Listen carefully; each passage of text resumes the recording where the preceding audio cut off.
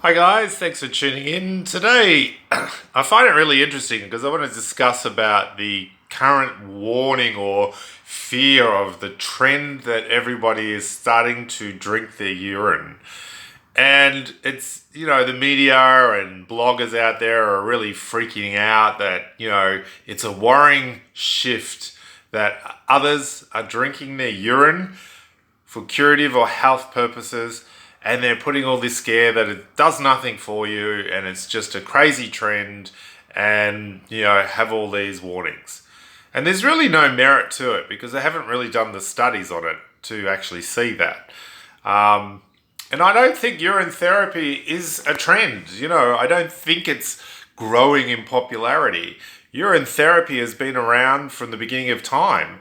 In China, the Chinese have known about this as a curative aspect for treatments, and they do it very silently and very much in secret. India as well, possibly the birthplace of Shivambu, well, urine therapy, as in the scriptures.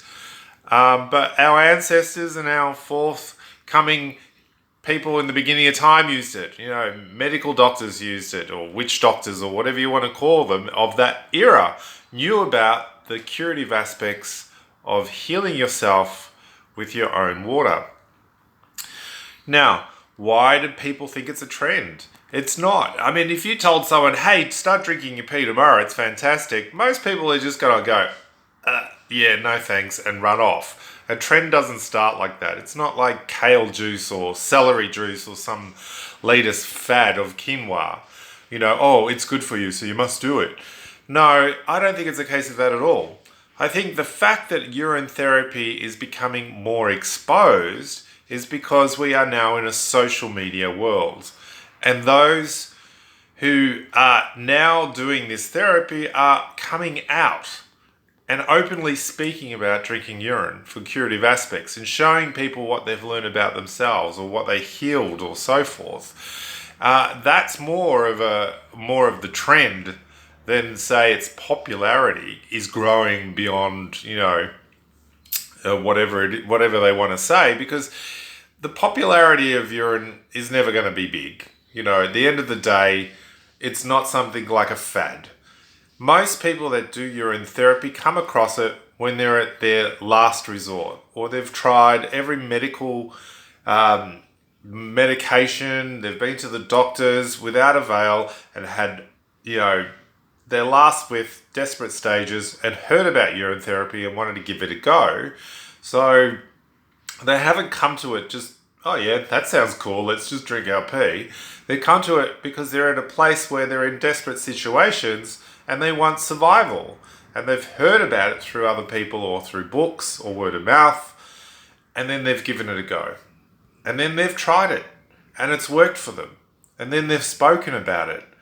And the beautiful thing about YouTube and, Facebook groups and all this trend is that people are now coming out of the closet and not afraid to speak openly about drinking their own urine or using urine for curative aspects for different things.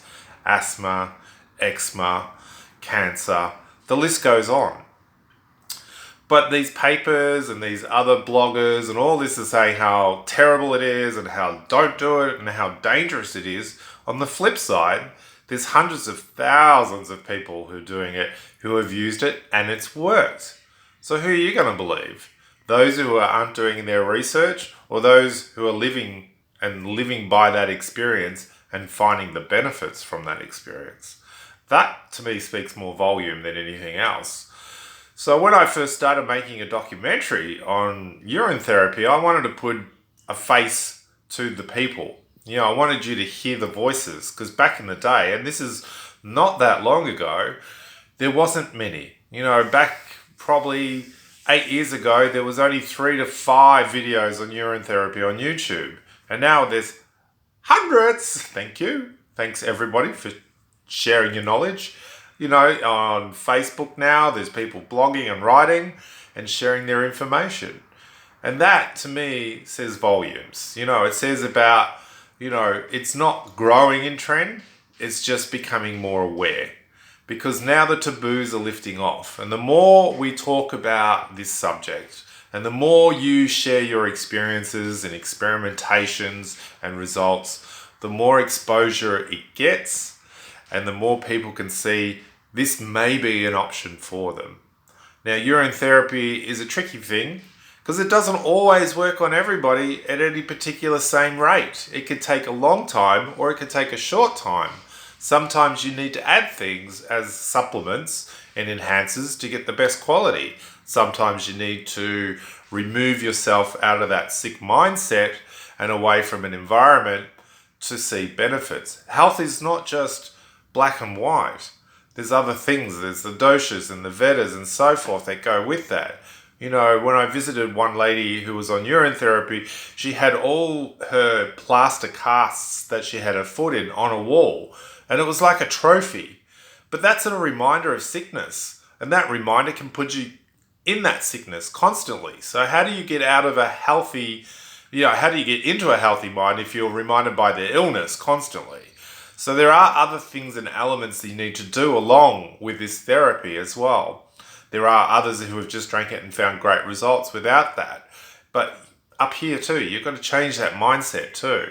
So when you drink it with love, drink it with openness, drink it with acceptance. All those elements help anything. And that works with medicine too. You know, if you don't believe in your doctor and what your doctor's doing and giving you that medicine, it's not going to work as well as something as a belief system that this will work.